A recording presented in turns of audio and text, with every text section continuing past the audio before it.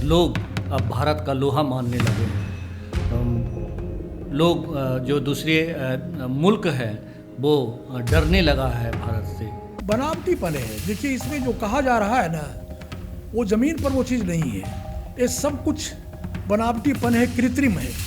माने आप तैयार करते हैं उस तरह का कि वो आपकी वाहवाही की जाए, लोगों को आप जुटाते हैं, लोगों को लालच प्रलोभन दे करके आप उनसे कहवाते हैं। देखिए, अभी का जो समाज दिख रहा है और अभी की जो राजनीति दिख रही है, वो बहुत निम्न स्तर की और बहुत घटिया स्तर पर उतर आई है। पहले हालांकि ऐसा नहीं कि संप्रदायवाद पहले नहीं था, पहले भी था, लेकिन पहले की नेताओं में इतनी क्षुद्रता नहीं थी। तो ये जो है ना, राजनीति का बहुत ही बुरा दौर है और मुझे लगता है कि आम पब्लिक, आम जनता भी इस बहकावे में या इस कुचक्र में फंस रही है कि थोड़े थोड़े उसको लालच दे दिया जाए तो वे अपना विचार बदल लेते हैं और वो संविधान दुनिया का सर्वश्रेष्ठ संविधान माना जाता है, लेकिन उस पर भी खतरे मंडरा रहे हैं। न्यायाधीश, संसद, सारे लोग जो है कहीं ना कहीं लग रहा है कि गलत धुरी पर घूमने के लिए विवश हो रहे हैं। जब आपके पास पूरे जितने संवैधानिक तंत्र हैं वो सारे सबका इस्तेमाल आप कर रहे हैं किसी भी तरह विपक्ष को रौंदने के लिए, तो जाहिर है कि ऐसे में जो निष्पक्ष लोकतंत्र है उसकी कल्पना तो नहीं की जा सकती। परिवारवाद तो इतना बड़ा जहर है कि पूरी राजनीति को खोखली करने की चाल चल रही है। आप कहीं भी देख लीजिए, किसी भी सूबे में सभी अपने परिवार को लाना चाहते हैं। बिहार का एक नेता, एक पार्टी का, उसने अपने बेटे को नेता मंत्री बना दिया है और उस बेटे को जो कि ये विधानसभा जीता भी नहीं है, कभी उसका नाम भी नहीं सुना गया। बिहार के विभाजन में भी बहुत तरह की गड़बड़ियाँ हुई और कह लीजिए कि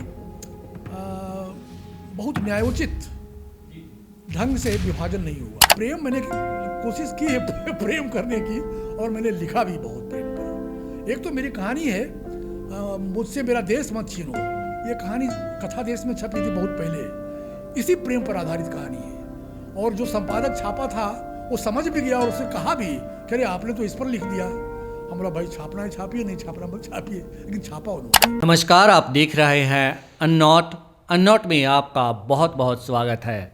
मैं हूं योगेश चक्रवर्ती। कथा साहित्य जगत में इनके नाम की डंका देश में ही नहीं विदेशों में भी बजता है। ये एक बड़ी शख्सियत हैं। इनके दर्जनों उपन्यास, सैकड़ों कहानियाँ और कई नाटक प्रकाशित हो चुके हैं। ये पिछले 35-40 सालों से शहर में रहते हैं।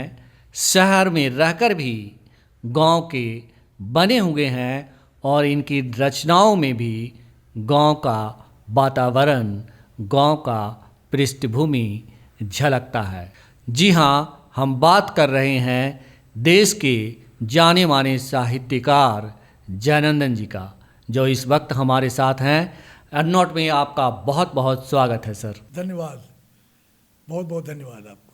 सर, कथा साहित्य जगत में आप एक बड़े नाम हैं, लेकिन मैंने सुना कि आप जो ख्याति प्राप्त की है, इससे पहले आपने बहुत संघर्ष किया। एक छोटे से गांव से निकलकर आप टाटा गए, जमशेदपुर गए, वहाँ आपने नौकरी की, बावजूद इसके साहित्य से अपना प्रेम नहीं छोड़ा। तो इसके पीछे की जीवटता क्या है और कैसे आपने इतनी ऊंचाइयों तक पहुँचे? देखिए, जिसकी कोई साहित्यिक परंपरा से आने वाले शख्सियत नहीं होते जो, तो उनको तो संघर्ष करना ही पड़ता है। और चूँकि मेरी विरासत में कहीं नहीं था, कोई मेरे बाप दादे में से कोई साहित्य में से नहीं थे, और मैं सचमुच में गांव से आया और गांव में पहले खेती किसानी करता रहा, फिर बाद में कारखाने में मजदूर के तौर पर मेरी बहाली हुई। तो 18-20 वर्षों तक वहाँ मैंने काम किया, विभिन्न मशीनों पर लोहे छीले। फिर उसके बाद साहित्य में थोड़ी पहचान बनी। अब साहित्य में मैं कैसे आया, तो जब गांव में था तो मेरे अंदर बहुत सारी असहमतियाँ थीं और बहुत सारे विरोध थे। खास करके यह देखकर कि किसी के पास बहुत है और किसी के पास कुछ भी नहीं है। तो हम कुछ भी नहीं वालों में थे, तो बहुत गुस्सा आता था, क्रोध था, उसको कैसे व्यक्त करें। तो व्यक्त करने का एक ही माध्यम हो सकता था, या तो आप नक्सलवाद में चले जाओ विरोध करने के लिए, या फिर डकैत वगैरह बन जाओ। लेकिन उसमें भी एक अलग तरह का जुझारूपन चाहिए। तो लेकिन उसी वक्त चूँकि मैं जमशेदपुर में आ गया, टाटा स्टील में एज ए मज़दूर, तो मेरी दिशा बदल गई। और फिर यहाँ मुझे काफ़ी मौके मिले पढ़ने के और किताबों से संपर्क में आने के। तो उसके बाद धीरे धीरे पढ़ते पढ़ते, और कोई मेरा गुरु नहीं रहा, साहित्य गुरु नहीं रहा, खुद ही लिखते रहे, पढ़ते रहे, पत्रिकाओं से सामग्रियाँ लौटती रहीं, और यही संघर्ष करते करते उसके बाद चूँकि मेरे पास अनुभव बहुत था। एक तो गांव के खेती किसानी का अनुभव मेरे पास था, फिर कारखाने में मजदूर रहा तो उसका अनुभव था। मजदूरों के जीवन को मैंने देखा कि किस तरह उनका शोषण होता है प्रबंधन के द्वारा। फिर उसके बाद जब मैं कार्यालय में आ गया, ऑफिस में आ गया, बहुत चमक दमक वाला ऑफिस था टाटा स्टील का, वो कॉरपोरेट कम्युनिकेशंस। तो उसमें फिर मैंने मैनेजमेंट को ऊपर से देखा। पहले मजदूर के तौर पर नीचे से देख रहे थे, और जब प्रबंधन के ऑफिस में आ गए तो ऊपर से मैंने देखा कि कितनी तरह की यंत्रणाएं और कितनी तरह की त्रासदियाँ मजदूरों के ऊपर में आरोपित की जाती हैं, और कैसे कैसे षड्यंत्र बनते हैं। तो ये सब तमाम चीज़ें थी जो मेरे अंदर एक लेखक के तौर पर ज़मीन तैयार करने में मदद करती रही। जी जी जी। कहते हैं कि जो आप की रचनाएं हैं, कहानियां हैं, उपन्यास है, उसमें ताजगी होता है, उसमें देखने का जो नज़रिया होता है वो बहुत ही सच्चा होता है। तो ये नज़रिया कहाँ से आता है, कैसे उत्पन्न होता है? जाहिर है वो आपके अनुभव क्षेत्र से ही आना है। तो चूँकि मैंने जैसे बताया कि मेरे अनुभव के दायरे कई कई रहे, जैसे मैं खेती किसानी के तौर पर भी गांव में रहा, और तमाम पचड़ों से मुझे गुजरना पड़ा। हल जोतना, लाठा चलाना, कुदाल पालना, वो फसल उगाना, काटना, बाजार ले जाना, सारा कुछ मैंने देखा बहुत कम उम्र में। 18 साल की उम्र में फिर मैं आ गया टाटा स्टील में। वहाँ फिर मैंने 18 वर्षों तक मजदूरों का जीवन जिया। तो खुद भी मैंने देखा कि क्या क्या परेशानियाँ होती हैं, क्या क्या दिक्कतें होती हैं, और किस तरह प्रबंधन का नियंत्रण और प्रबंधन का आधिपत्य चलता है मजदूरों के ऊपर में। तो भी मैंने देखा। उसके बाद जब ऑफिस आ गए तो वहाँ भी मैंने देखा कि जो ऑफिसर जीवन है, अधिकारी जीवन है, वो कैसा होता है, वो मजदूरों के लिए क्या सोचते हैं, प्रबंधन के बारे में उनके मन में क्या विचार होता है। उसके बाद आप शहर जब आ जाते हैं तो जाहिर है कि शहर में बहुत सारे विषय होते हैं लिखने के लिए। तो तमाम विषय कहीं ना कहीं मेरा भोगा हुआ था, मेरा जाना हुआ, देखा हुआ, महसूसा हुआ, तो मैंने उन्हीं को उठाया। इसलिए उसमें सच्चाई है और कहीं ना कहीं जीवंतता आपको दिखाई पड़ेगी। जी जी। आपने बाजार की बात की, तो आपका एक उपन्यास है, आया है विघटन। हाँ। तो विघटन में बाजारवाद और संप्रदायवाद को लेकर के आपने बहुत कुछ कहा है, तो हम चाहेंगे कि आप उसके बारे में कुछ बताएं। विघटन में तो कारखाना और शहर है, तो शहर का वो हिस्सा भी है जहाँ जो अभी विकसित हो रहा है। तो उसमें कुछ लड़के हैं जो विश्वास नहीं करते कि नौकरी ही एक आजीविका का साधन हो सकता है। जी जी। तो 3-4 लड़के ग्रुप बनाते हैं और वो तैयार शुरू करते हैं कि कुछ ऐसा काम करना है कि हम समाज का ध्यान आकर्षित करें और उससे समाज सेवा भी हो। तो वो एक होटल चलाते हैं, और होटल में नौकर नहीं रखते, खुद ही वो लड़के सारा कुछ करते हैं, बैरा से लेकर के किचन वाला काम पूरा करते हैं। और बाजार रेट से जो सामग्री दी जाती है, भोज्य पदार्थ, खाने के पदार्थ जो होते हैं, उसकी कीमत इतनी कम रखी जाती है होटल से कि होटल चल निकलता है। और क्वालिटी में, गुणवत्ता में कोई वो लोग समझौता नहीं करते। और उसी दरमियान वे एक देखते हैं, उस एक संगठन उनका तो धीरे धीरे बन ही जाता है, तो देखते हैं कि एक बहुत बड़ा कब्रिस्तान शहर के बीचों बीच अवस्थित है। उस समय शहर शायद पूरा बसा नहीं था, तो उनको लगता है कि ये कब्रिस्तान किनारे कहीं होना चाहिए। अभी भी मौका है कि इस कब्रिस्तान को यहाँ से हटा करके एक किनारे में कर दिया जाए, ताकि आम लोगों का जो जो बड़ा बड़ा फ्लैट बन रहे हैं, बड़े बड़े अपार्टमेंट बन रहे हैं, तो उसमें रहने के लिए लोगों को दूर जाना पड़ रहा है। तो मतलब आप एक लाश को दफना रहे हैं और ऊपर से आसपास में बाजार है, आसपास में लोगों की शादी ब्याह हो रहे हैं और उधर से दफनाया भी जा रहा है। तो ये बड़ा बुरा लगता था। तो इसके खिलाफ उन लोगों ने आवाज़ उठाई और वहाँ पर एक बहुत बड़ा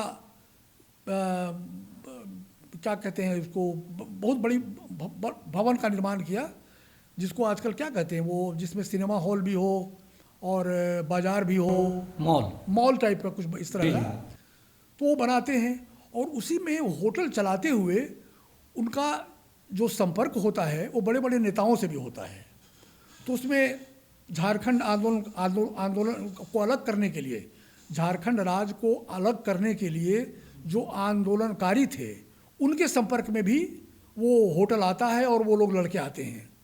तो वो किस तरह से आम पब्लिक को किस तरह से तोड़ते और मरोड़ते हैं, उनको बहकाते हैं, उनको कैसे ज़बरदस्ती लाते हैं अपने भीड़ में, अपने सभा में, ये सब सारा कुचक्र उस उपन्यास में बयान किया गया है।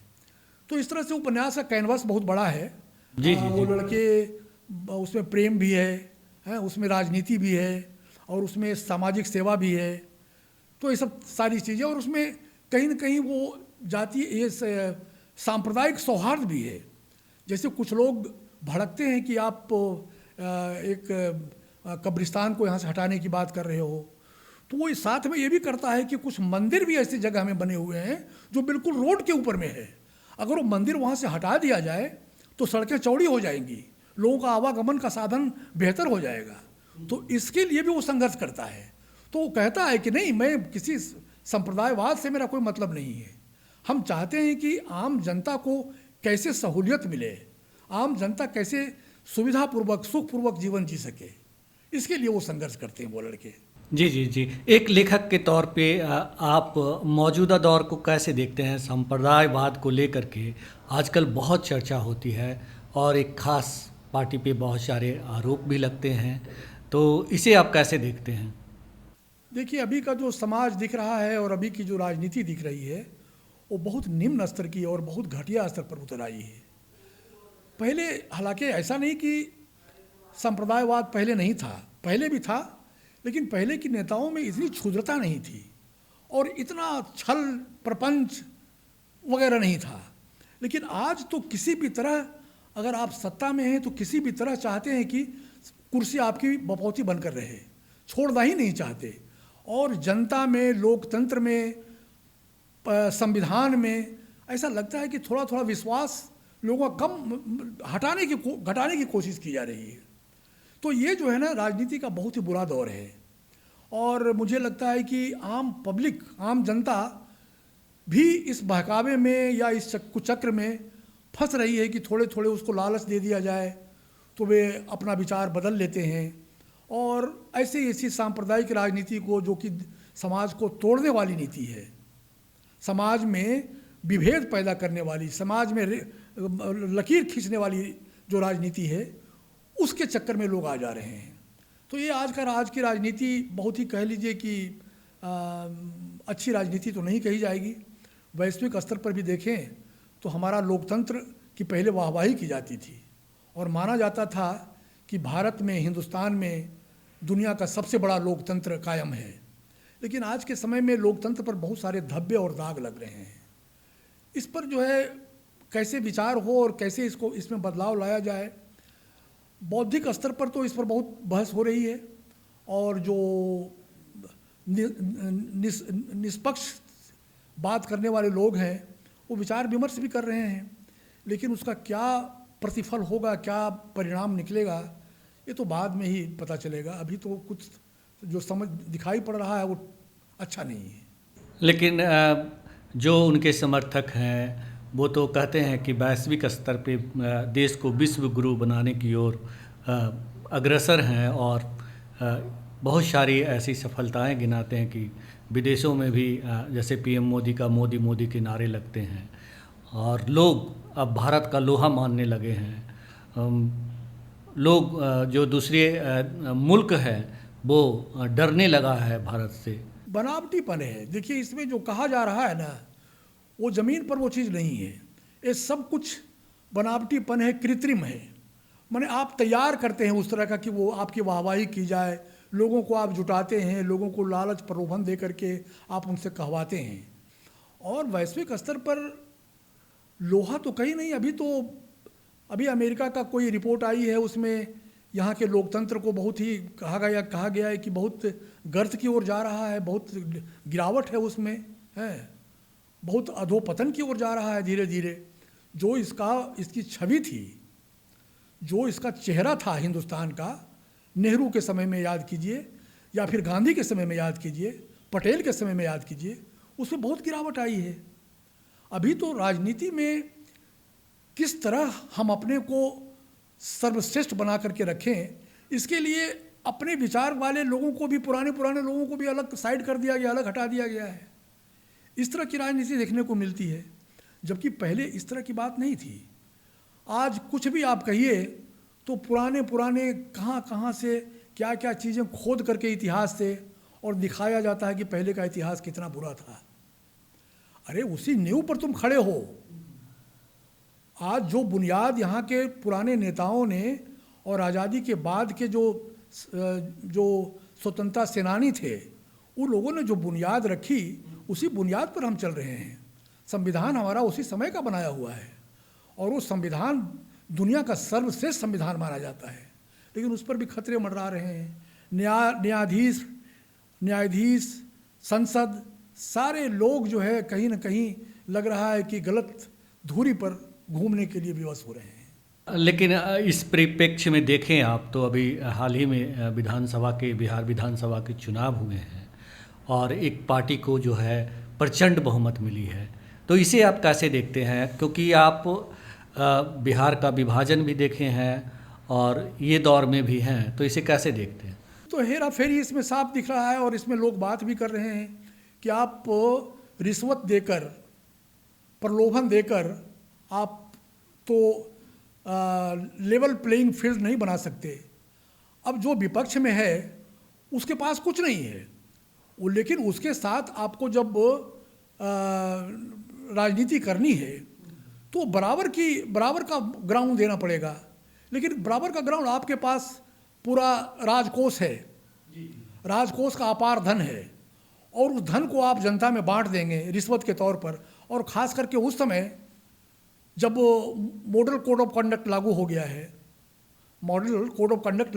है, उस समय आप रिश्वत देंगे तो जाहिर है कि एक तरफा और उसके बाद इसके पहले तो एक विपक्ष की ओर से आवाज़ जोर शोर से उठाई जा रही है कि सरासर ये जो वोटर लिस्ट है उसमें हेरा फेरी की गई है और चोरी की गई है और मतलब किसी येन केन प्रकारेण किसी तरह छल छद्म से मत प्राप्त करना है, अपना ये बहुमत हासिल करना है। जी। तो ये तो इस तरह से तो आप लोकतंत्र को पर कहीं ना कहीं आप आक्षेप लगा रहे हैं, लोकतंत्र पर एक तरह से आप हमला कर रहे हैं। लोग कल को लग रहा है कि अधिनायकवाद यहाँ आने वाला है, कोई डिक्टेटर पैदा हो जाएगा, कोई हिटलर पैदा हो जाएगा और फिर कल को हो सकता है कि लोग संविधान वगैरह सारा कुछ खत्म कर दिया जाए। कल को स्थिति भी आ सकती है अगर यही रवैया रहा तो। जब कुछ है ही नहीं, जब आपके पास न्यायालय भी नहीं है, जब आपके पास चुनाव आयोग भी नहीं है, जब आपके पास पूरे जितने संवैधानिक तंत्र हैं जी वो सारे सबका इस्तेमाल आप कर रहे हैं किसी भी तरह विपक्ष को रौंदने के लिए, तो जाहिर है कि ऐसे में जो निष्पक्ष लोकतंत्र है उसकी कल्पना तो नहीं की जा सकती। मैंने सुना है कि जो आपने बिहार के विभाजन पे भी बहुत कुछ लिखा है, तो उसके बारे में बताएं कि अगर आपने लिखा है तो क्या लिखा है, थोड़ा आज की जो युवा पीढ़ी है उसके बारे में जानें। बिहार के विभाजन में भी बहुत तरह की गड़बड़ियाँ हुई और कह लीजिए कि बहुत न्यायोचित ढंग से विभाजन नहीं हुआ। पूरा जो है खदान, पूरा जो है उद्योग, सारा कुछ चला गया झारखंड में। बिहार के पास उस समय तो कुछ नहीं बचा और बिहार को अलग से विशेष राज्य का दर्जा भी नहीं मिला। तो एक तरह से विभाजन में जो शक्तियाँ काम कर रही थी, दरअसल उनका मकसद यह नहीं था कि जो स्थानीय और पीड़ित शोषित जनता है, आज खास करके आदिवासी समाज, उनका विकास हो। उनको इससे कोई मतलब नहीं था। नहीं तो देखिए कि आज लगभग 20-25 वर्ष होने को हैं विभाजन के। झारखंड का जो आम आदिवासी है, जो बेचारा सतह पर जीने वाला, तलछट पर जीने वाला, वो आज भी उसी स्थिति में है। बहुत बदलाव उसमें नहीं आया है। तो जो भी सिर्फ राजनीति में जो चले जाते हैं ऊपर, चाहे वे किसी समाज और किसी वर्ग के हों, उनका चेहरा सामंत का हो जाता है, उनका चेहरा एकदम बिल्कुल राजसी हो जाता है और वो बस चाहते हैं किसी तरह की सत्ता में हम बने रहें और अपने परिवारवाद को बढ़ावा दें। परिवारवाद तो इतना बड़ा जहर है कि पूरी राजनीति को खोखली करने की चाल चल रही है। आप कहीं भी देख लीजिए, किसी भी सूबे में सभी अपने परिवार को लाना चाहते हैं। बिहार का एक नेता, एक पार्टी का, उसने अपने बेटे को नेता मंत्री बना दिया है और उस बेटे को, जो कि ये विधानसभा, इसका कोई सामाजिक सरोकार जीता भी नहीं है, कभी उसका नाम भी नहीं सुना गया। तो ऐसी राजनीति, जबकि वो खुद भी पिछड़ी जाति से आते हैं। तो क्या कहिए, पिछड़ी हो या अगड़ी, अब ऐसा उदाहरण रख दिया है ऊपर से ही कि लोग उसी की देखा देखी कर रहे हैं। कोई इस पर विरोध भी नहीं कर रहा है। ये रेवड़ी बांटने वाली बात सिर्फ बिहार में ही नहीं हो रही है, पहले भी कई दफ़ा हुई। जी। लेकिन कई दफ़ा उसको चुनाव आयोग ने रोका, लेकिन बिहार में नहीं रोका, बढ़ावा दिया।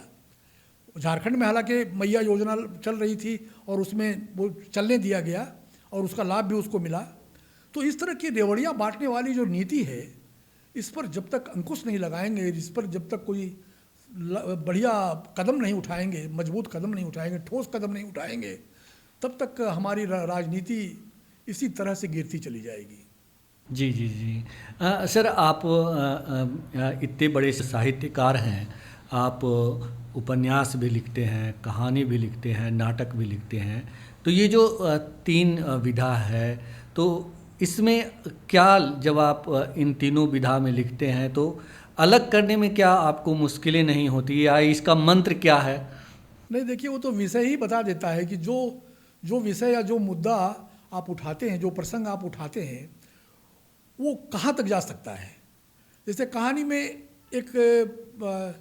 कोई एक घटना आई, कोई एक चरित्र आया और उसके इर्द गिर्द आपने एक बुनावट कर ली तो ख़त्म हो गई बात। और लेकिन उपन्यास में क्या है ना कि बहुत सारी शाखाएं होती हैं, उसकी बहुत सारी टहनियाँ निकलती हैं। एक वृक्ष होता है जो मूल कथा होती है, और मूल कथा के इर्द गिर्द बहुत सारी टहनियाँ, बहुत सारी शाखाएं, पत्ते, फुनगियाँ निकलती है और उस पर कहानी बनती जाती है। तो उपन्यास थोड़ा धैर्य का विषय है और लंबे समय तक चलने वाला विषय है। जी। और उसमें भाषा पर भी बहुत नियंत्रण होनी चाहिए। माने आप जिस चरित्र को उठा रहे हैं, उस चरित्र की भाषा के अनुरूप आप खुद को ढाल रहे हैं कि नहीं, उस पर पकड़ आपकी कितनी है। तो ये सब चीज़ें होती है उपन्यास में। फिर नाटक में, चूँकि देखिए, नाटक तो हमने जो भी मेरे नाटक आए हैं वो कहानियों का ही रूपांतरण है ऑलमोस्ट। कुछ कहानियाँ मेरी दूरदर्शन से या फिर कई चैनलों से प्रसारित जो हुई भी हैं, तो उसमें कहानी ही है और उसको फिर बाद में हमने नाट रूपांतरण किया, या फिर जो डायरेक्टर है या प्रोड्यूसर है वो नाट रूपांतरण खुद ही कर लेते हैं। तभी मेरी 2 फिल्में अभी आ रही है। एक तो मेरी एक कहानी बहुत पहले छपी थी जनसत्ता के सबरंग में, उसका नाम था ISO 9000। तो ISO 9000 जो सर्टिफिकेशन है, ये बाजारवाद की वजह से जो सर्टिफिकेशन आया, तो उस सर्टिफिकेशन के समय में कैसे एक मजदूर, वो जो दहकती हुई भट्टी है, भट्टी नहीं मैंने जो ये मेटल, पिघलता हुआ मेटल जो बाल्टी में जमा की गई है, और ऊपर एक आदमी काम कर रहा है, उसमें गिर जाता है, और 1900 डिग्री सेंटीग्रेड में वो भट्टी का जो पिघलता हुआ लोहा है उसमें वो चला जाता है, उसकी हड्डी और मैंने उस कुछ नहीं मिलता है, उसमें लोहा बन जाता है वो। और उसी समय सर्टिफिकेशन को कोई निरीक्षण करने के लिए आई हुई है टीम, साफ झूठ बोल दिया जाता है कि नहीं ऐसा कोई दुर्घटना यहाँ नहीं हुई। और उसके पिता जो है बार बार आते हैं ढूंढने के लिए, हैं बार बार विभिन्न कर्मचारियों से पूछते हैं। तो उन्हें बाजारवाद का जो दौर है और बाजारवाद ने कितना, बाजारवाद की वजह से कितना कुछ गवाया, खास करके नीचे के लोगों ने, खास करके वे मजदूर जो बहुत सतह पर काम करने वाले लोग हैं, उनकी छटनी बार बार हुई, उनको बार बार ये हटाया गया कि वेज कम, वेज पर जो खर्च होता है कंपनी को वो कम करना है।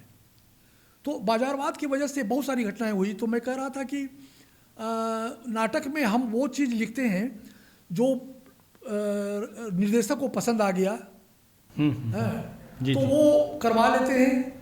तो इसी में मेरी कुछ कहानियाँ तो दिल्ली में भी ये दिल्ली के मंचों पर भी मंचित हुई और कुछ मेरे शहर में कुछ फिल्मों में आ रही है अभी 2। इससे पहले भी फिल्म बन चुकी है आपकी कई कहानियाँ। एक है नरेश शर्मा, वो आपको दिल्ली में फिल्म इंस्टीट्यूट चलाते हैं और वो कैमरा मैन भी रहे हैं फिल्म इंस्टीट्यूट से, प्रशिक्षण भी लिया हुआ है।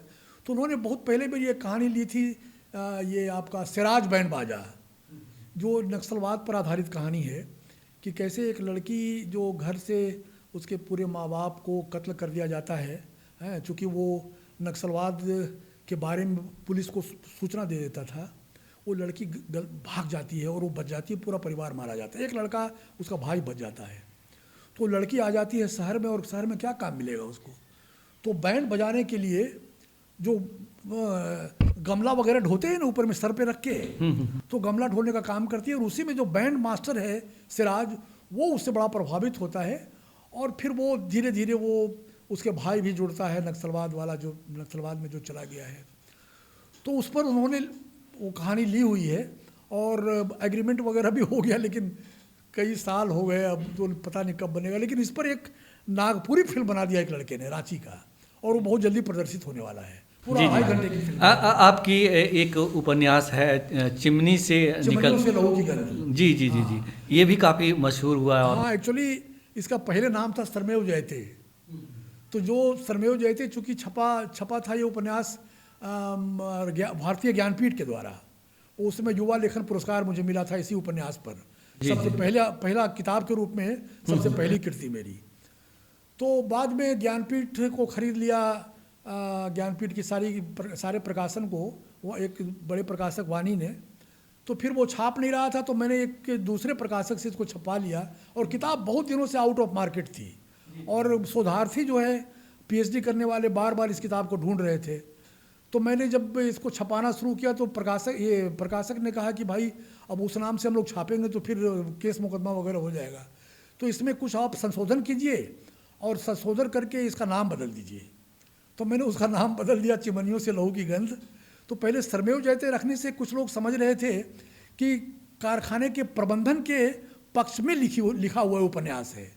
जी जी जी जी। तो बाद में मैंने उसका नाम जब चेंज कर दिया चिमनियों से लहू की गंध, तब इसे साफ लगने लगा कि नहीं ये मजदूरों के शोषण उत्पीड़न पर ये उपन्यास है। जी जी जी। आपने सर दर्जनों उपन्यास लिखे हैं? दर्जनों नहीं, सिर्फ 9 दर्जन होने वाला है। और इसके बाद हम पढ़ रहे थे जब रिसर्च कर रहे थे कि लगभग 135 कहानियाँ आपने लिखी। ज़्यादा करीब 200 के आसपास। हाँ, आंकड़ा चेंज हो गया है। उसी तरह से कई नाटक भी आपने लिखे हैं। तो सर हम ये जानना चाहते हैं कि इतने सारे कहानियाँ उपन्यास नाटक में आपका जो सबसे प्रिय दिल के जिसको करीब कहते हैं वो कौन सा है, उसके बारे में थोड़ा बताएं। देखिए, संतान तो किसी की माँ बाप का जो होता है सब प्यारा होता है, सब समान होता है, सब अच्छा होता है। लेकिन पाठकों के दृष्टिकोण से जो बहुत चर्चा में रही, तो मेरी एक कहानी वो जनसत्ता के सबरंग में ही छपी थी, विश्व बाजार का ऊँट है। वो बाजारवाद पर मेरी पहली कहानी थी। और पहली क्या, मेरे लगता है कि हिंदी साहित्य में, चूँकि भले ही बहुत नोटिस उसका उस लोगों ने, समीक्षकों ने नहीं ली, लेकिन वो बाजारवाद पर मेरा पहला अटेम्प्ट था, वो पहला प्रयास था। वो विश्व बाजार का ऊँट, वो भी कारखाने का एक मजदूर, और उसको अर्ली सेपरेशन स्कीम में जो वॉलंटियर रिटायरमेंट जिसको कहते हैं, उसको दे दिया जाता है। और कैसे उसके बच्चे हैं वो छोड़ना नहीं चाहते हैं, वो कहते हैं कि नहीं, किसी भी तरह इसी शहर में रहो और गांव नहीं जाना है। और बाजारवाद का जो आतंक है उसके चलते किस तरह से कारखाने के बहुत सारे विभाग बंद कर दिए जाते हैं, बहुत सारे मजदूरों को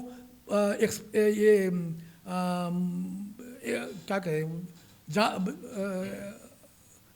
ज़्यादा मतलब मजदूर ज़्यादा हो गए संख्या में, ये कह करके उनको हटाया जा रहा है बहुत विभागों को। क्योंकि ऑटोमेशन भी साथ साथ आ रहा है, जो साथ साथ कंप्यूटराइजेशन जो आया उसके चलते भी बहुत सारे लोग की छटनी हुई, मजदूर प्रभावित हुए। अब बाद में भले ही अंग बन गया, अब तो खैर अब सबके लिए प्रिय हो गया ये कंप्यूटर और कंप्यूटराइजेशन और ये जो डिजिटलाइजेशन जो है। तो उस पर ये आधारित था ये उपन्यास। जी जी जी सर, आम तौर पे जो लेखन होता है वो किसी न किसी खुद की विचारधारा हो या किसी खास विचारधारा हो उससे प्रभावित होता है। तो आपकी विचारधारा, आपका लेखन क्या किसी खास विचारधारा से प्रभावित है या फिर आप खुद ही मतलब आपकी देखिए, विचारधारा सिर्फ एक टॉर्च का काम करता है। वो रोशनी देती है कि आपको सही मायने में एक रचना में, एक कृति में क्या होना चाहिए।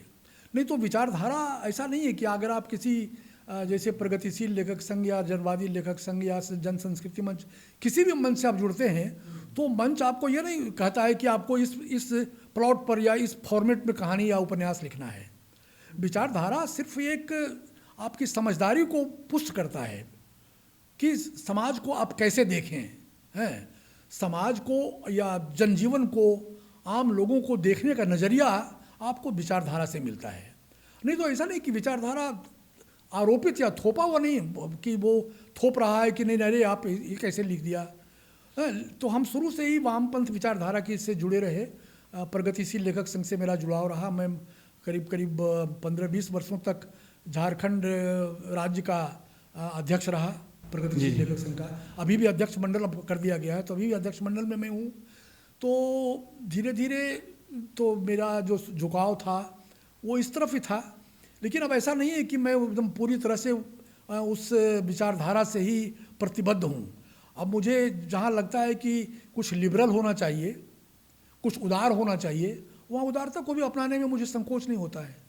जी जी जी जी ये बताएं सर कि आम तौर पे जो आप जैसे मशहूर साहित्यकार हैं, अधिकतर का प्रवास दिल्ली में होता है, आप जमशेदपुर में रहते हैं, तो आपको ये नहीं लगता कि अगर आप दिल्ली में होते, राजधानी में, तो आपकी लोकप्रियता और ज़्यादा होती, आप कुछ और ज़्यादा मान सम्मान पाते? बहुत अच्छा सवाल आपने किया। ये सचमुच में ये टीस जो है ना, ये कहीं ना कहीं दर्ज है भीतर कि हम एक छोटे शहर में, ऐसे शहर में रहे जहाँ साहित्य का बहुत बोलबाला नहीं है, साहित्य का बहुत वातावरण नहीं है। चूँकि वो मजदूरों का शहर है, तो वहाँ सबसे ज़रूरी है जो कंपनी का पोंगा बजता है, जिसको सायरन कहते हैं, उस सायरन को फॉलो करना। 6 बजे का सायरन बजा तो ड्यूटी के लिए लोग भाग रहे हैं, 2 बजे का सायरन बजा तो छुट्टी हो रही है और फिर बी शिफ्ट वाले जा रहे हैं, रात का 10 बजे का सायरन हुआ तो सी शिफ्ट वाले जा रहे हैं और जो बी शिफ्ट में थे वो छूट के आ रहे हैं। तो ये बने सायरन के ताल पर पूरा शहर चलता है। तो जाहिर है वहाँ साहित्य का बहुत वातावरण नहीं। अब बहुत सही बात है आपने कहा कि जैसे दिल्ली वगैरह में रहने का जो सुख है, और वहाँ मुझे हमेशा लगा, हालांकि कुछ लोग नहीं मानते इसको, कि छोटे शहर में अगर आप 125% अपना श्रम लगाते हैं, प्रयास लगाते हैं, तो उसका आउटपुट आपको 80-90% मिलता है। लेकिन बड़े शहरों में दिल्ली, लखनऊ, पटना भी एक रख सकते हैं, दिल्ली, लखनऊ, पटना, इलाहाबाद, भोपाल जैसे शहरों में जी, जहाँ साहित्य का संस्कार और पौधा बराबर ज़्यादा फलता है, फूलता है जी, वहाँ अगर आप 80% लगाते हैं तो उसका रिटर्न आपको 100 और 120 मिलता है, मेरा ये मानना है। लेकिन बहुत लोग कहते हैं कि नहीं, आप बड़े शहरों में जा कर के आप माने क्या कहते हैं, भीड़ में खो जाएंगे हैं। अब जमशेदपुर जैसे छोटे शहर में हैं तो कोई भी आता है तो जमशेदपुर जाना जाता है जयनंदन के नाम से, कि हम जयनंदन के शहर में जा रहे हैं। या कोई भी शहर में आता ये है, भी एक अच्छी बात है। हाँ, कोई भी शहर में आता है तो सबसे पहले वो मेरे बारे में पूछता है जी, कि जी। जयनंदन कहाँ रहते हैं, उनसे मिलना है। तो एक थोड़ा बहुत मामूली सा, या कह लीजिए कि एक खाली दिल बहलाऊ सुख है कि लोग आपको इस रूप में याद करते हैं, शहर का एक पहचान बन जाते हैं आप। और बड़े शहरों में तो भाई बहुत बड़े लोग हैं, कई बड़े लोग हैं, तो किसी एक के नाम से नहीं जाना जा सकता।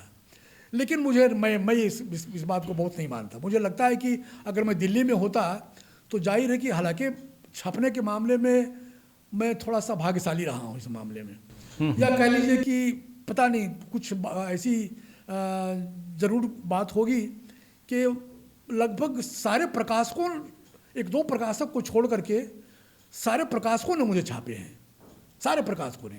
और अब चूँकि 45-46 वर्ष हो गया साहित्य करते हुए, तो जाहिर है कि अब अनजाना नाम तो रहा नहीं है।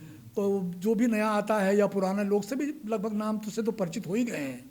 भले ही जो मैं लिखता रहा, लेकिन जो भी कूड़ा करकट लिखता रहा, लेकिन लिखता रहा, कभी मेरी निरंतरता भंग नहीं हुई।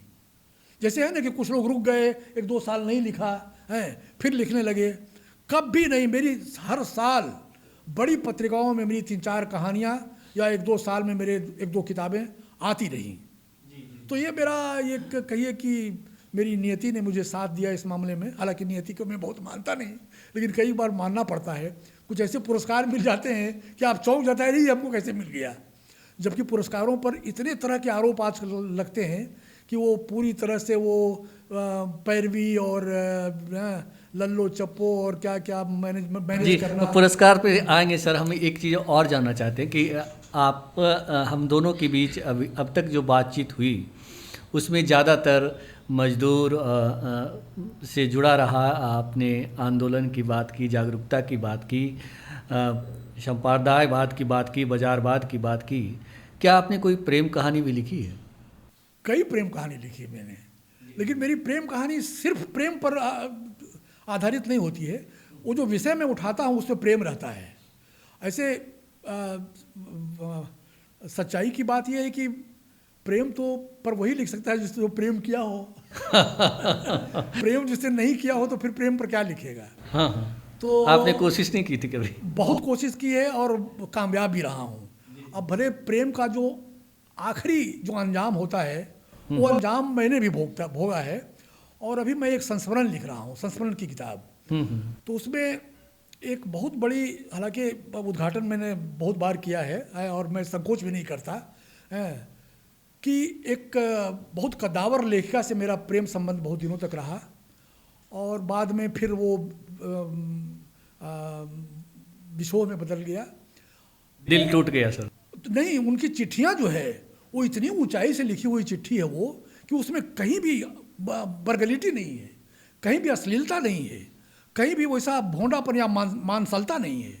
वो इतनी ऊंचाई से लिखी हुई है कि मुझे लगा बार बार कि ये चिट्ठी को सामने जरूर आना चाहिए। तो उनकी करीब 10-12 चिट्ठियाँ मेरे पास है और मैंने भी उसी, आप अपने मन में मिठू हो जाएगा तो अब भाई आपके पास आपको जो लिखेगा तो आपको जवाब भी तो उसी ऊंचाई से देना होगा। तो मेरी कोशिश भी रही है कि उसी ऊंचाई से मैं भी जवाब दूं। तो वो पूरा मेरे पास लगभग कह लीजिए कि 100 पन्नों का वो चिट्ठी होगी, आप उधर की भी और इधर मेरी की। तो मैं पूरा तो संस्मरण में नहीं ले रहा हूँ, लेकिन मुख हिस्से को मैंने उठाया है उसको, और वो किताब बहुत जल्दी आएगी, संस्मरण की किताब। उसका शीर्षक क्या रखूँगा अभी तक तय नहीं किया है। ऐसे चिन्हार नाम से मैं अभी लिख रहा हूँ। चिन्हार तो आप समझते होंगे, जी जी जी। चिन्हार मैंने पहचान जाना, पहचान। पहचान लिया जाना। तो अभी तक वही नाम रखा है, हो सकता है बदल दें इसको। तो अभी वो संस्मरण आने वाला, तो प्रेम मैंने कोशिश की है प्रेम करने की, और मैंने लिखा भी बहुत प्रेम पर। एक तो मेरी कहानी है मुझसे मेरा देश मत छीनो, ये कहानी कथा देश में छपी थी बहुत पहले, इसी प्रेम पर आधारित कहानी है। और जो संपादक छापा था वो समझ भी गया और उसने कहा भी कि अरे आपने तो इस पर लिख दिया। हम बोला भाई छापना है छापिए, नहीं छापना मत छापिए, लेकिन छापा उन्होंने, मुझसे मेरा देश मत छीनो। वो बाद में वो चली जाती है विदेश, और फिर वहीं से मैंने बनाया है कुछ कुछ इसमें चीज़ें। तो ऐसा नहीं, प्रेम पर मैंने लिखा है, बहुत लिखा है। जी जी। आपके बारे में कहा जाता है कि आप 35-40 सालों से शहर में रहते हैं, फिर भी आप गांव को नहीं छोड़े हैं, गांव से जुड़े हुए हैं। मतलब जो आपकी रचनाएं हैं, कहानियां हैं, नाटक है, उपन्यास है, उसमें वो झलकता है। गांव तो देखिए बीज है ना, गांव ने जो बीज दिया उसी पर तो ऊपर पौधे या उस पर वृक्ष लग रहे हैं। तो गांव तो मेरे अंतरात्मा में बसा हुआ है, और उसकी सारी चीज़ें देखिए, कभी भी आप जब लिखते हैं याद कर, जो कोई चीज़ें टकरा जाती है आपके, अचानक कोई चीज़ें अचानक याद आती है कि अरे वो ऐसा था, फिर उस पर जो है वो शुरू हो जाता है उसकी पृष्ठभूमि पर आगे सोचना और कहानी की रूपरेखा बनाने का काम। तो इसलिए गांव तो मुझसे छूटा नहीं, और गांव पर मेरी बहुत गांव पर चूँकि मेरे उपन्यास 3-4 हैं, इसीलिए इफ़को वाले ने साहित्य सम्मान दिया, चूँकि वो गांव के कृषि किसानी पर ही वो पहले शुरू से उसी पृष्ठभूमि पर लेखक को चुनते थे। तो चूँकि मेरे कई उपन्यास गांव पर है, सल्तनत को सुनो गांव वालों, और 2-3-4 उपन्यास मेरे हैं गांव पर, तो उसी को मद्देनज़र रख करके इफ़को साहित्य सम्मान मुझे मिला था। जबकि चंद्रकिशोर जायसवाल जो हमसे बहुत वरिष्ठ हैं, उनको मेरे बाद मिला, जबकि उनको पहले मिल जाना चाहिए था। उन्होंने भी बहुत गांव की कहानियाँ लिखी। तो गांव तो मेरे अंतरात्मा में बसा हुआ है, और गांव की चूँकि गांव में जन्म लिया, गांव की खेती किसानी ने मुझे ऊपर उठाया, वहीं से हम आए। जो नवोदित लेखक होते हैं या जो लिखना चाहते हैं, उनके मन में अक्सर ये असमंजस होता है कि हम कहाँ से शुरुआत करें, किसी भी रचना की मतलब रचनाशीलता को हम कैसे अंजाम तक पहुँचाएं। आप कुछ बताएं। आज की युवा पीढ़ी तो बहुत ही होनहार है और बहुत मेधावी है, बहुत विलक्षण है। वो देख रहा हूँ कि अभी के लड़के, तो उनका मानना है कि मुझे बहुत कहानियाँ नहीं लिखनी है, मुझे 5, 10, 20 कहानियाँ ही लिखनी है, और उसी में सबका ध्यान आकृष्ट कर लेना है। तो उनके पास अनुभव का दायरा भी बहुत नहीं है, जो कि देखिए अभी के समय में जो नई पीढ़ी के लड़के आ रहे हैं, वो सभी बहुत खाते पीते और हाय परिवार से आ रहे हैं, और शहरी जनजीवन से आ रहे हैं। उनकी शिक्षा दीक्षा लिखाई पढ़ाई सब शहर में हुई है, तो गांव का और ज़मीनी अनुभव उनको बहुत नहीं है। उन्होंने शोषण, उत्पीड़न और बहुत गरीबी में बसर करने वाले लोगों के जीवन को उन्होंने देखा नहीं है। और अक्सर आप देखिए कि जितने लड़के आए हैं अभी के समय में, उनका कहीं ना कहीं जो विरासत है वो कहीं ना कहीं रहा है उन साहित्य से जुड़ा हुआ। उनके बाप या उनके दादा या तो प्रोफेसर रहे हैं हिंदी के, या हिंदी में कुछ लिखते उगते रहे हैं, भले ही बहुत नहीं, लेकिन पृष्ठभूमि उनकी रही है ज़्यादातर अभी के समय में। और वो लगभग एक ही जाति वर्ग समाज के हैं। मैं ये नहीं कहूँगा कि किस जाति के, लेकिन एक ही जाति वर्ग समाज के वो उनका वर्चस्व रहा है, वो आए हैं। तो मतलब जो पहले वर्चस्व था आज भी कायम है, बिल्कुल कायम है। तो अभी की जो नई पीढ़ी जो आई है ना, वो बहुत मेधावी पीढ़ी है, और बहुत कह लीजिए कि चतुर पीढ़ी है, चतुराई से भरी हुई पीढ़ी है। वो जानती है कि कैसे हमको छा जाना है, कैसे हमको प्रकाशकों को लुभा लेना है, और प्रकाशकों से कैसे हम अपनी बात बनवा लेनी है। ये सब छल हम लोगों ने नहीं सीखा, क्योंकि हम लोग हमेशा छोटे शहरों में रहे, कोई बताया भी नहीं, कोई सिखाया भी नहीं। और ये लड़के जो है वो बिल्कुल ऐसे वातावरण में रहे, बड़े बड़े साहित्यकारों के संपर्क में, बड़े बड़े शहर के लिखने वालों के संपर्क में रहे, तो उनके पास ये अकल है। जी जी जी। वो ये मान के चलते हैं कि जो हम लिखेंगे तो आने वाली जो अगर उस पर फिल्म बनेगी तो वो 100 करोड़ कमाएगी। देखिए नए नए विषय हैं, उनके पास लिविंग रिलेशन का विषय है उनके पास कंप्यूटराइजेशन, ये डिजिटलाइजेशन, ये सब विषय है। उनके पास विदेशों में बस जाकर के बस जाने वाला इंजीनियर है जो यहाँ से इंजीनियरिंग किया और वहाँ जाकर के अमेरिका में नौकरी कर रहा है। इस तरह का जीवन उनके पास है। उनके पास प्रेम के अलग अलग रूप हैं फिल्मोनिया रूप जो देख रहे हैं कि ये लिविंग रिलेशन में 2 साल 3 साल रह गए, उसके बाद मैंने जो शुद्धता है, जो वर्जिनिटी है, उनके जीवन में वैसा कोई महत्व नहीं रखता। वर्जिनिटी तो कोई महत्व ही नहीं है। मतलब वो आजकल चाहे लड़की हो या लड़का, इसको तो बिल्कुल जो हमारे पहले हम लोग मानते थे कि ये बहुत बड़ी धरोहर है, पूंजी है जिसको बचा करके रखती है महिलाएं, औरतें, लड़कियां, और इसकी रक्षा करने के लिए पूरा समाज और पूरा उसका माँ बाप भाई सब तैयार रहता है। लेकिन आज के समय में बिल्कुल ये चीज़ें ये विचार खत्म हो गए हैं। क्योंकि जाहिर है कि लड़कियां जब शहर में पढ़ेंगी, लड़कियां जब लड़कों के संपर्क में रहेगी, तो इन चीज़ों का कोई मायने नहीं रह जाता है। प्रेम तो करेंगी वो। आजकल तो सोशल मीडिया का ज़माना है और सोशल मीडिया पे नंगई जो है, फुहड़ता सबसे ज़्यादा देखा जाता है। क्या एक साहित्यकार के तौर पे आप कैसे देखते हैं इसे? देखिए, फुहड़ता तो प्रेम करना फुहड़पन नहीं है, लेकिन प्रेम में जो बहुत सारे जो इस तरह के अतिचार आ गए हैं, बहुत सारे के जो धोखे और ये छल छद्म जो बहुत सारे आ गए हैं, और उसके चलते जो है बहुत सारी आत्महत्याएं हो रही है, हत्याएं हो रही है। फिल्मी दुनिया में भी बहुत सारी हत्याएं हुई। ये लोग आज के शादीशुदा लड़कियां अपने पति को मार देती हैं, किस किस तरह से मार देती हैं, क्या क्या धंधे अख्तियार करके, वो बहुत चौंकाने वाली संस्कृति विकसित हो रही लगती है हमारे समाज में। तो बहुत दयनीय स्थिति है। बहुत दयनीय स्थिति है। सर, आपको बहुत सारे पुरस्कार भी मिले हैं, बहुत लंबी लिस्ट है उसकी। तो इन पुरस्कारों में आपके सबसे करीब कौन है, और आपको ये भी डिजायर होगी कि मुझे ये पुरस्कार मिल जाते? देखिए, पुरस्कार मिलना तो एक आपको रिकॉग्निशन जैसा है, मान्यता है ना। पुरस्कार मिलता है तो लोगों का बहुत ध्यान जाता है कि अरे आपको पुरस्कार मिला तो क्या आपको लोग पढ़ना चाहते हैं, लोग आपको महसूसना चाहते हैं। तो पुरस्कार के प्रति दिलचस्पी तो हर एक को होती है। कोई कह दे कि नहीं मेरी रुचि नहीं है इसमें, तो वो झूठ बोल रहा है। तो देखिए, पुरस्कार बहुत बड़े बड़े अभी साहित्य में आ गए हैं। वो मुझे तो 11 लाख का पुरस्कार जो मिला, इसी को मैं बहुत बड़ा मानता हूँ। लेकिन इससे भी बड़ा पुरस्कार है साहित्य अकेदमी का 1 लाख का पुरस्कार। साहित्य अकेदमी मिलने से जितनी चर्चा होती है और उसका जितना वैल्यूज होता है, वो तो अपने आप में अनूठा है।